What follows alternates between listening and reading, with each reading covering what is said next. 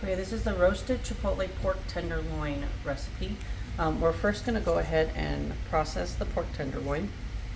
Okay, and you'll see in the lectures that where the pork tenderloin is located. But we need to take the silver skin off because this is really tough for the amount of time that we're cooking. If we were braising it, it would be fine because it would break it down. But for roasting, it won't have the time to break it down. So let's go ahead and take the silver skin off.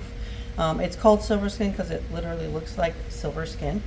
So you want to start off at the end. Just lightly put your paring knife through and cut off at the end. Then you take your paring knife and just glide it close to the top of it, and it will take the top layer off. Shouldn't have too much meat come off of it. Okay, so you'll go ahead and put your paring knife through. Go ahead and turn it and then cut the silver skin end off. Hold it and then again glide your knife against that silver skin and cut it off. And then you have one little bit here, so we'll do the same thing. Cut it off, hold it, and take the little bit off. And then that's your pork tenderloin. Okay. And then you want to go ahead and grab a sheet tray. It's easier to use on a sheet tray, and go ahead and dry it really well. Okay, and while that's wrapped and dried, we'll go ahead and mix our spices. So our spices has kosher salt, black pepper, garlic powder,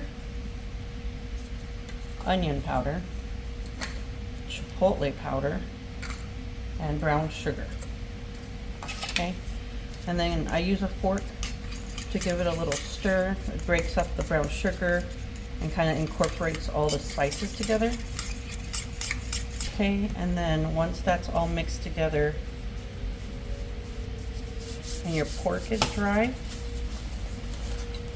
you'll go ahead and take the brown paper off, and then you'll go ahead and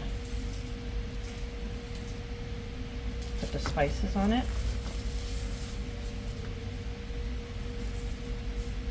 Okay. Go ahead and rub it in. It's okay if there's excess, but you want to get all the spices onto this pork tenderloin.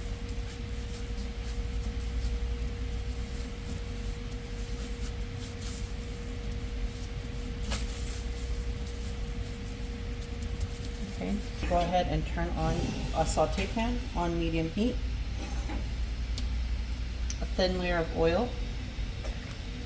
And when we place the pork tenderloin, we're going to curve it so it fits in the pan. And then we'll put it in the oven.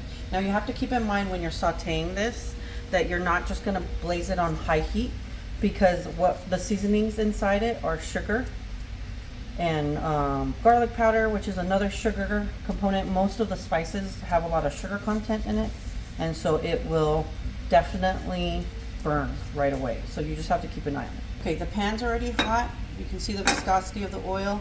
It's loose, and then we'll go ahead and place the pork tenderloin in the pan. And just like saute week, we're going to make sure we saute this until golden brown. You want that Maillard reaction. Okay, it's been cooking for about 3 minutes now, and I've been swirling the oil to make sure that the oil gets on all the edges. And then if you check it, it's golden brown. So we'll go ahead and turn it.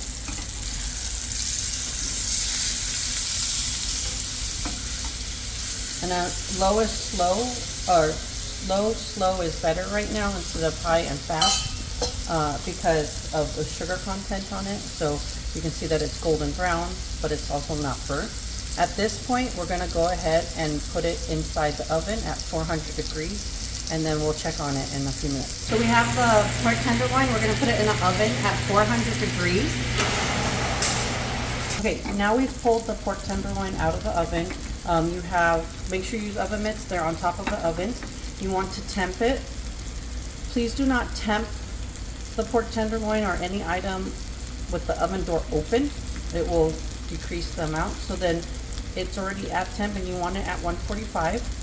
And if you'd like to eat at medium, it's at 130. With the pork, you'll go ahead and let it rest for about 10-15 minutes, and after it's rested, you can take it off the sizzle platter and you'll go ahead and cut it. So the grain runs with the tenderloin and you want to cut it against the grain. And I like to cut it on a little bit of a bias. So you'll just cut slices. And then you'll serve it with whatever other roasted vegetables or sides that you guys did today. And then you'll plate it.